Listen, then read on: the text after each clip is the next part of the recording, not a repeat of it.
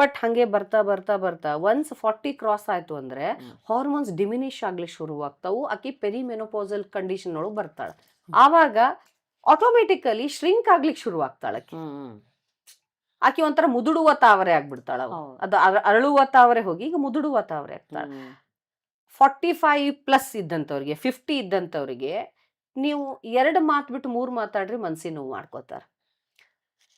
ಸುಮ್ನೆ ಸಿಟ್ಟು ಬರ್ಲಿಕ್ಕೆ ಶುರುವಾಗ್ತದ, ಕಿರಿಕಿರಿ ಆಗ್ತದ, ಸೆಲ್ಫ್ ಇರಿಟೇಷನ್ ಆಗ್ತದ, ಸಡನ್ ಡಿಪ್ರೆಷನ್ಗೆ ಹೋಗ್ತಾರ. ಆಮೇಲೆ ಒಂದೊಂದ್ಸರಿ ಏನು ರೀಸನ್ ಇರ್ಲಾರ್ದನ್ನ ಖುಷಿಯಾಗಿರ್ತಾರ. ಯಾಕಂತ ಗೊತ್ತಿರಂಗಿಲ್ಲ. Because that is a game of hormones. ಅದನ್ನ ಯಾರು ಅರ್ಥ ಮಾಡ್ಕೋಬೇಕು? ನಾವ ಹೆಣ್ಮಕ್ಳು ಅರ್ಥ ಮಾಡ್ಕೊಳ್ಳೋದಲ್ಲ. ಮನೆಯೊಳಗಿರುವಂತ ಗಂಡ, ಮಕ್ಕಳು, ಅಕ್ಕಪಕ್ಕದವರು, ಅಣ್ಣ ತಮ್ಮಂದಿರು, ಸೊಸೈಟಿ ಒಳಗಿರುವಂತವ್ರು ಅದನ್ನ ಅರ್ಥ ಮಾಡ್ಕೊಂಡು ಅದಕ್ಕೆ ತಕ್ಕಂತ ಅಟ್ಮಾಸ್ಫಿಯರ್ ಅನ್ನ ಕೊಟ್ರೆ, ರಿಯಲಿ ನಮ್ಮ ವೇದಗಳು ಹೇಳಿರೋದು ಸುಳ್ಳಲ್ಲ, ನಮ್ಮ ಗ್ರಂಥಗಳು ಹೇಳಿರೋದು ಸುಳ್ಳಲ್ಲ.